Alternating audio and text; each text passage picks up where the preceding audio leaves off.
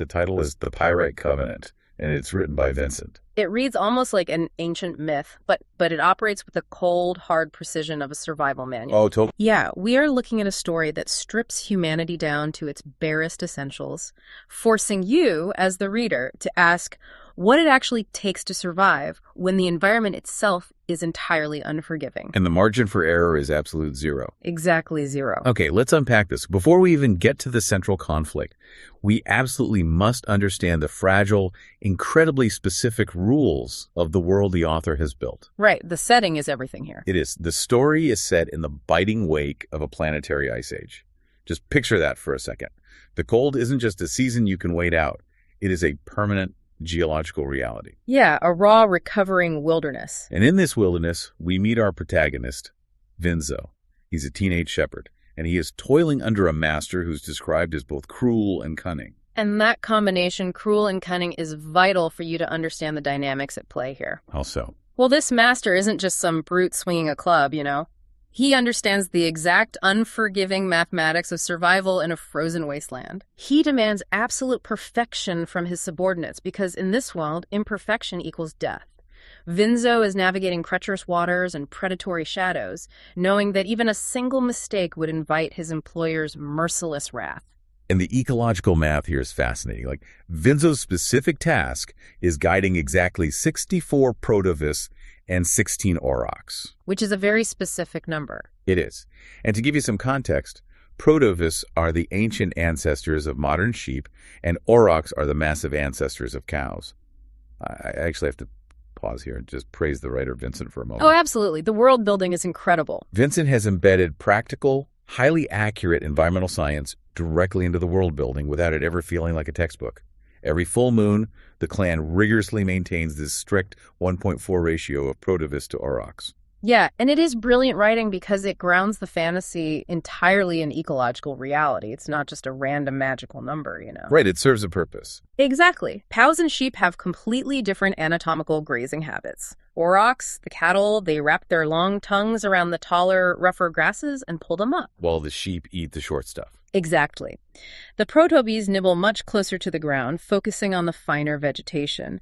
By maintaining this exact 1.4 ratio, they prevent the systematic overgrazing of specific plant types. So it ensures better overall pasture management, allowing the flora to regenerate even in freezing temperatures. You got it. Right. And they aren't just doing this to keep the pasture looking tidy. They do this to avoid what the text refers to as the wrath of natural disasters, like avalanches and massive mud floods. Yeah, the roots are crucial. They really are. The root systems of these specific plants are literally the only things holding the topsoil and the heavy snowpack together on these steep hillsides. If the sheep overgraze and kill the deep roots, the land loses its structural integrity. And literally collapses on the clan. It reminds me of a life support system on a fragile spacecraft.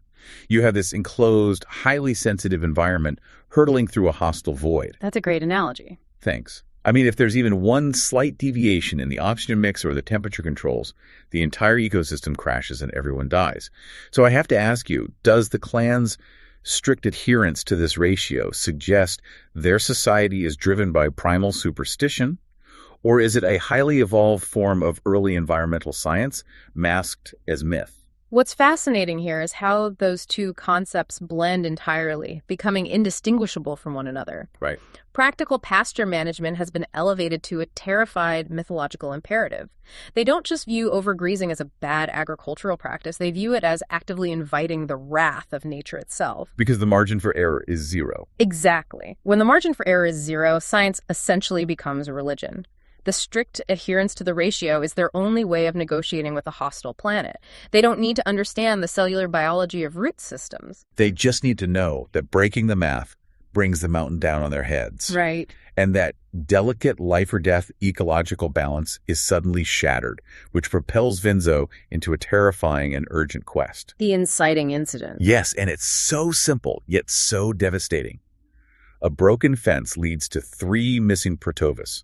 just 3 out of 64. But because the ratio is sacred to the clan's survival, the clan leader spares no mercy whatsoever. The punishment handed down is truly grotesque. Oh, it really is. It is designed not just to penalize Vinzo for his failure, but to physically and socially alienate him from the rest of humanity. It's an exercise in absolute psychological destruction. It's a macabre burden. Vinzo is forced to don a taxidermy dire wolf head. Yeah. And it isn't just tied on with a neat little leather strap. It is permanently glued to his own hair with a hardening tree sap. Just horrible to imagine. Put yourself in his shoes for a moment.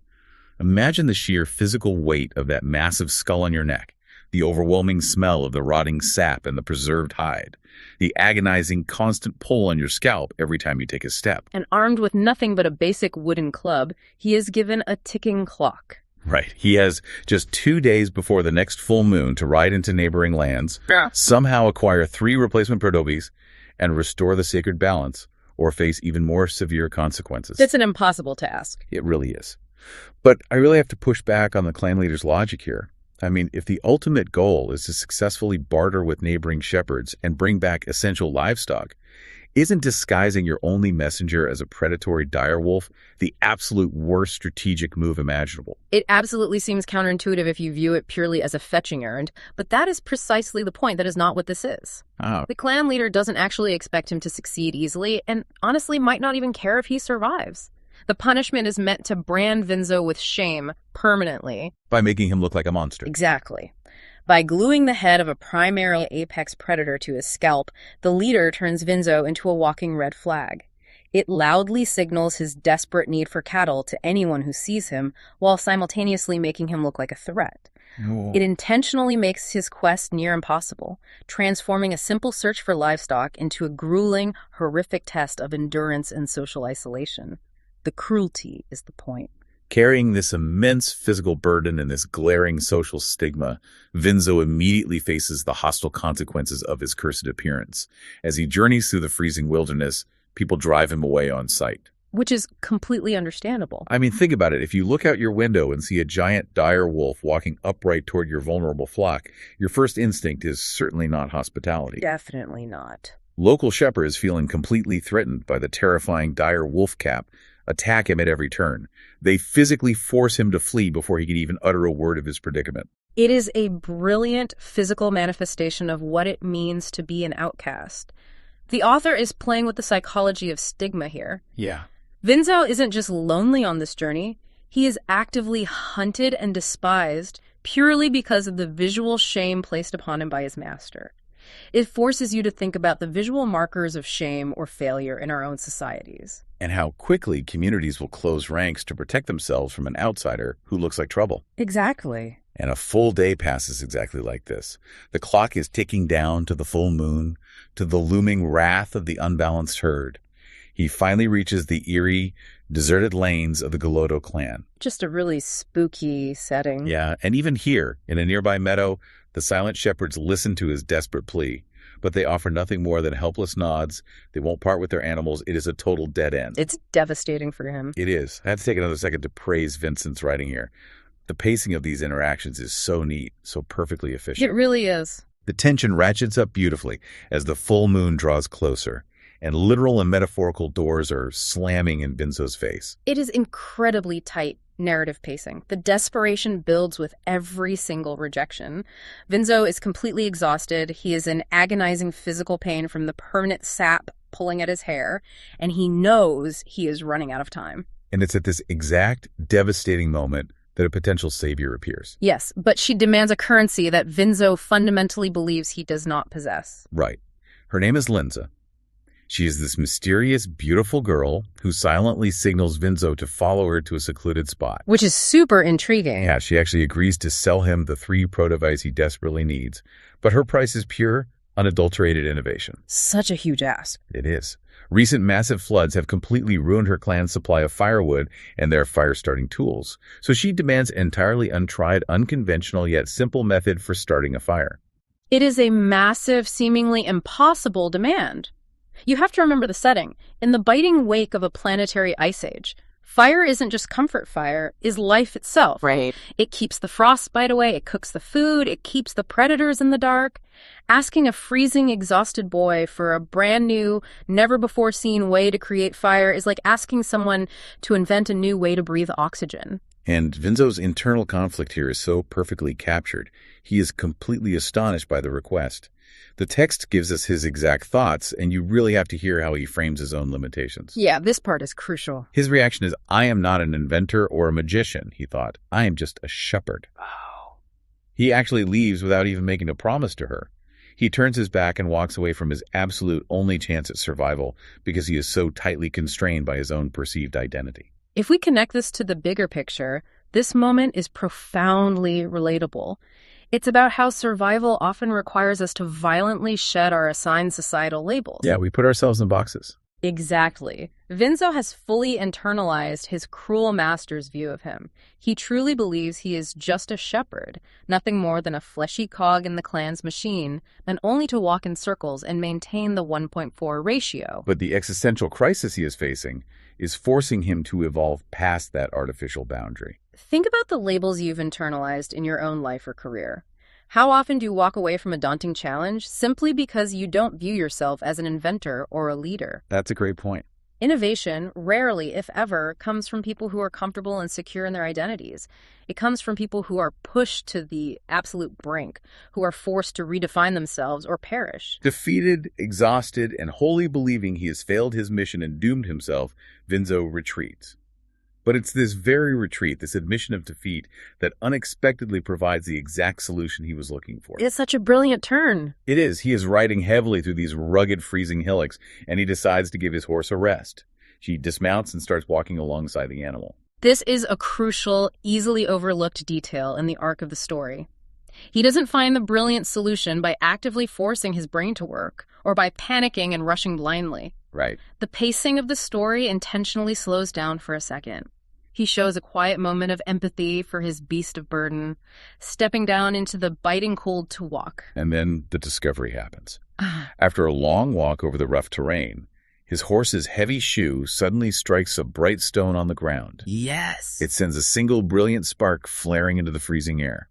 Vinzo stops immediately in his tracks. He kneels down, examines the metal shoe and the unusual stone, and instantly realizes the world-shifting significance of what he just witnessed. We really have to praise the writer Vincent again here for the incredibly neat brilliance of this plot resolution.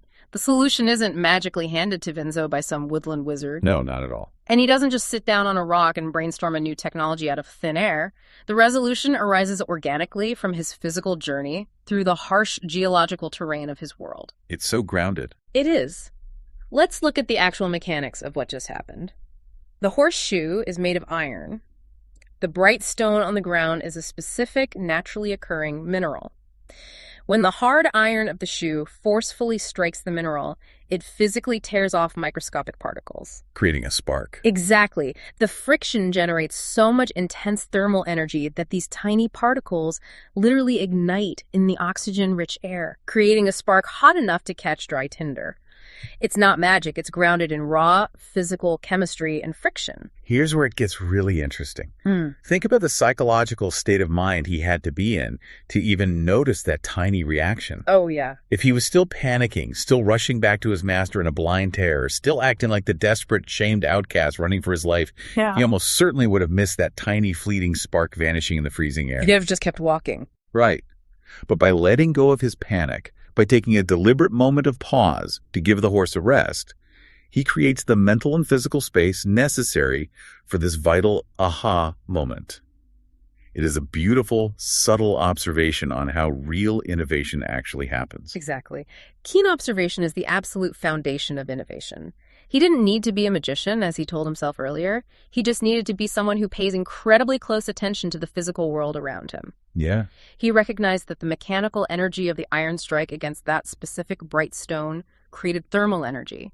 He observed cause and effect, and in that instant, he transitioned from being just a shepherd to being an inventor. Armed with this groundbreaking discovery, Vinzo doesn't hesitate. He rides right back to Linza to fulfill his side of the bargain. He's got the goods now. He does. He successfully demonstrates how to create fire from the bright stone and a piece of iron. He delivers exactly what she demanded, an entirely untried, unconventional, yet beautifully simple method for starting a fire. And in doing so, he secures the 3 protovies he desperately needs. But far more importantly, he secures a completely new identity for himself. He has fundamentally altered his own value. Which brings us to arguably the most powerful, resonant detail in the entire story. Vinzo reclaims his narrative by giving the fire-making mineral a name. This part gave me chills. Right. He names it PYRITE. And the text specifically points out that PYRITE was the exact same word his cruel, cunning master used to mock him. So with the 3 protovas securely in tow, and these rattling, incredibly innovative fire-making stones safely tucked into his horse's saddlebag, Vinzo heads back home to his clan to restore the sacred ecological balance. The quest is complete. Seasons pass. Right. That cruel master falls gravely ill. Shamans and healers try to help, but it's completely futile. He knows he's dying. Yeah, so he gathers all his employees around his deathbed. And he specifically makes sure the Pyro clan's shaman is present. To make it official. Exactly. And the text says, I want to emphasize this exact phrasing. He sought penance. Wow. Right? With that bleak voice, he literally gifts Vinzo the right to his entire herd. In front of the shaman, which makes it an irrevocable covenant in that society. But wait, let me push back here because this is where my radar goes off. Go for it. Why would a dying, historically cruel master suddenly seek out the very shepherd he previously expelled to inherit his livelihood? Like, was this true remorse or just a desperate act of fear at the end of life? Well, if you look at Vinzo's physical observation of the man, the text says Vinzo sees this harrowing, hollow look on the master's face. Hollow, not just hollow. Right. Harrowing implies distress, but hollow suggests something emptied out. The master is emptied out by fear and mortality. So it's not some sudden moral awakening. No, it's the absolute terror of the void, his power, his cruelty.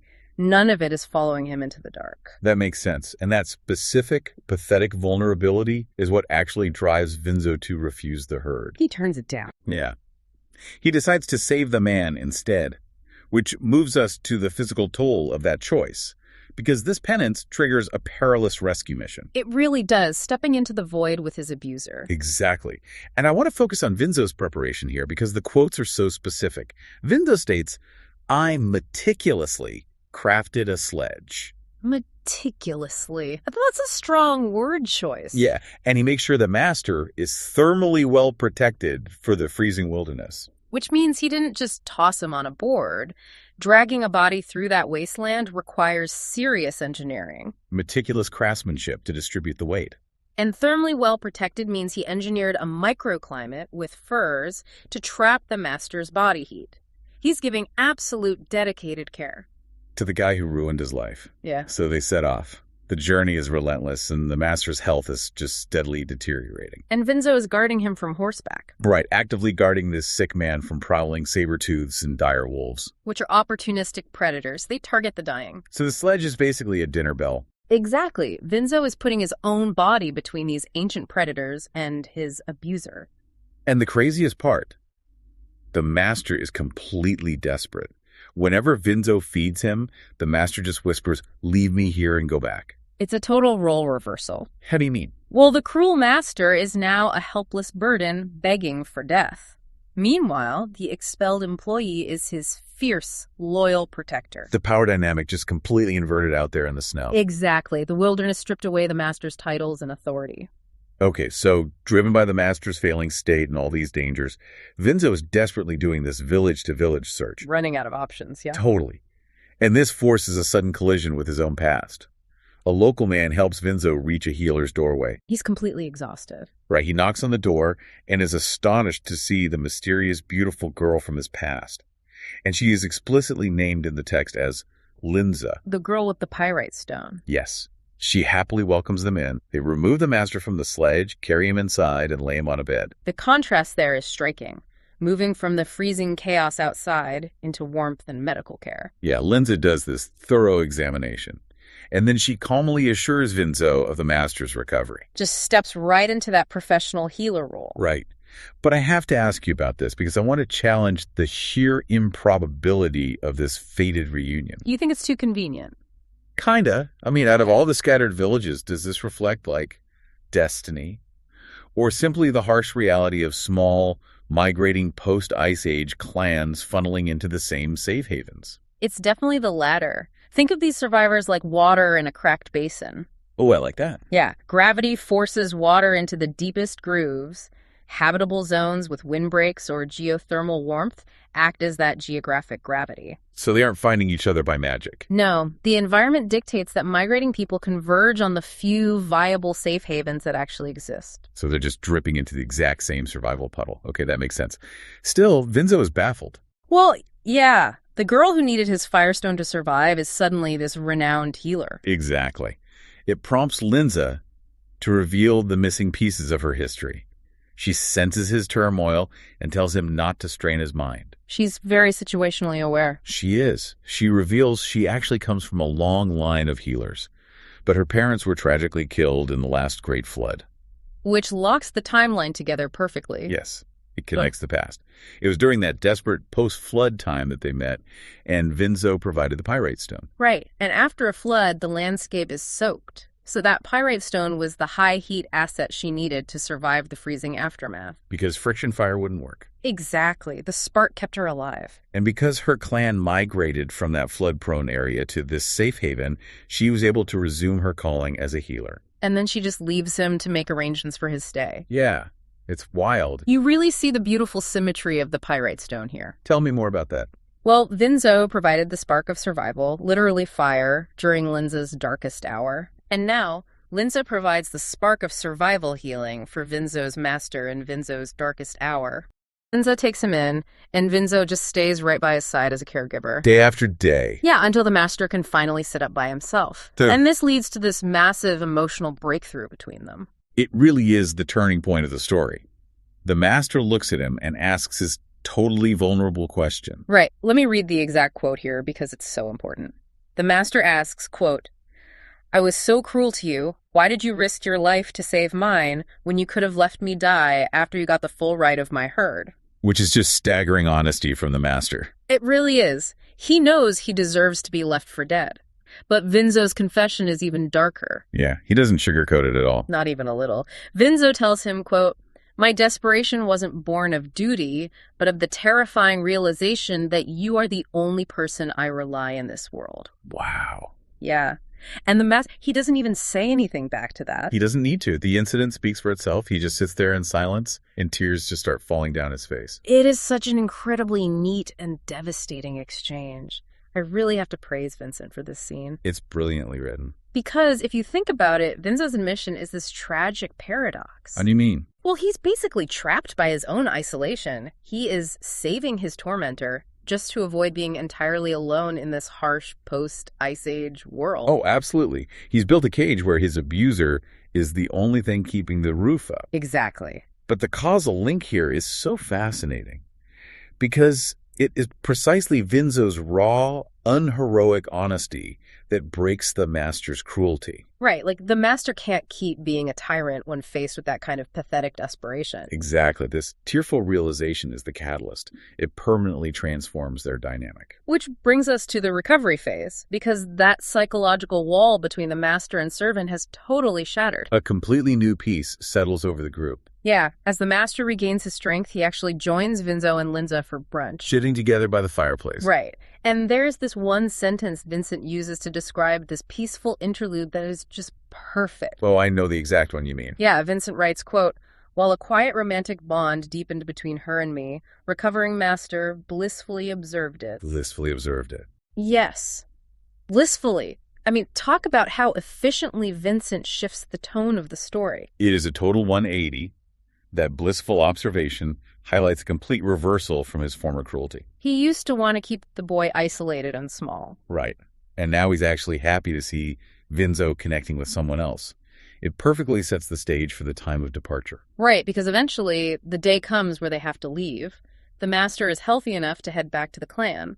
And he turns to Linza, the healer, to offer his thanks and a reward. Naturally, the Linza just smiles and she deflects all the credit. She tells him to thank PYRITE. Which is just a massive shock to the master. Oh, yeah. He asks in total astonishment, quote, "PYRITE, Because he thinks she knows the private, mocking nickname he used for Vinzo. Right. He thinks she's throwing his own cruelty back in his face. But Linza clarifies that she didn't even know his nickname. Right. She just knows it as the name of the fire-making stone Vinzo gave her. And then she drops this huge revelation. She tells the master that the stone allowed her to make the, quote, potions that cured you and countless others. And countless others. Yeah, and then she declares, quote, PYRITE covenant is redeemed. Oh, man, the plotting there is so neat. Vincent just weaves it all together flawlessly. That is masterful. So how does this specific reveal reframe the power dynamics of this trio? Well, think about it.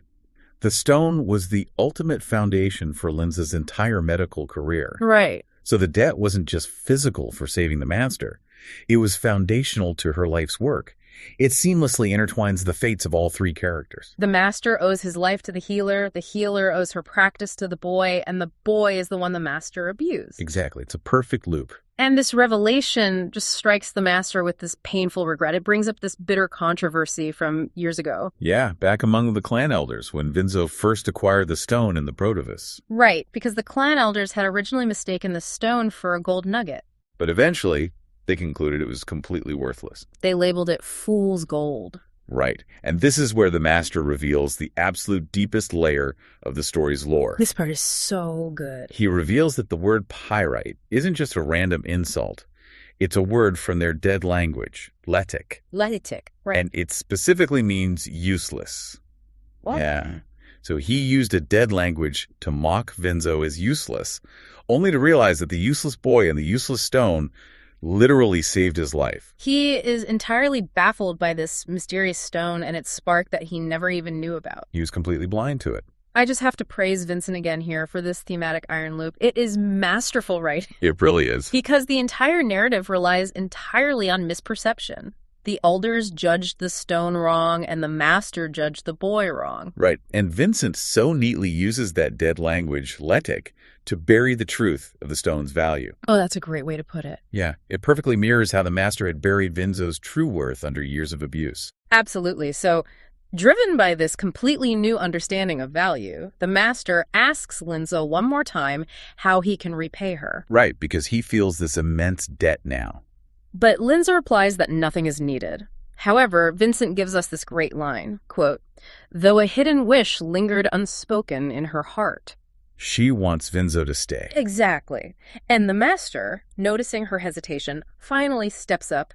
He rests his heavy hands gently on Vinzo's shoulders. This is where everything comes full circle. Yes. He asks Vinzo, quote, who told you I am the only one you can rely on in this world? Directly confronting that sickbed confession. Right. And then he gestures to Linza and adds, with a girl like her by your side, what more do you need? And then he delivers the ultimate decree. Quote, you belong here. It's such a powerful moment. The master actively cures Vinzo's deepest fear. The fear of being alone. Exactly. He doesn't just leave him behind. He gives Vinzo explicit permission to claim his own life and his own love. Which brings us to the final results of the story. The master promises to send Vinzo the assets meant for him once he reaches the clan. He makes sure the boy is taken care of. Right. Then he mounts his horse, waves goodbye, and rides away. And we get that incredible final image. Yes. Let me read the exact capitalized closing sentence from Vincent's story. Quote, as I stood in the doorway, watching Master disappearing behind the mist, from behind me, Linza's arms wrapped around me in a soft embrace. It's just a perfect ending to a neat, tightly woven narrative. It really is. Vincent takes us from cruelty and isolation straight to warmth and redemption. Without missing a beat.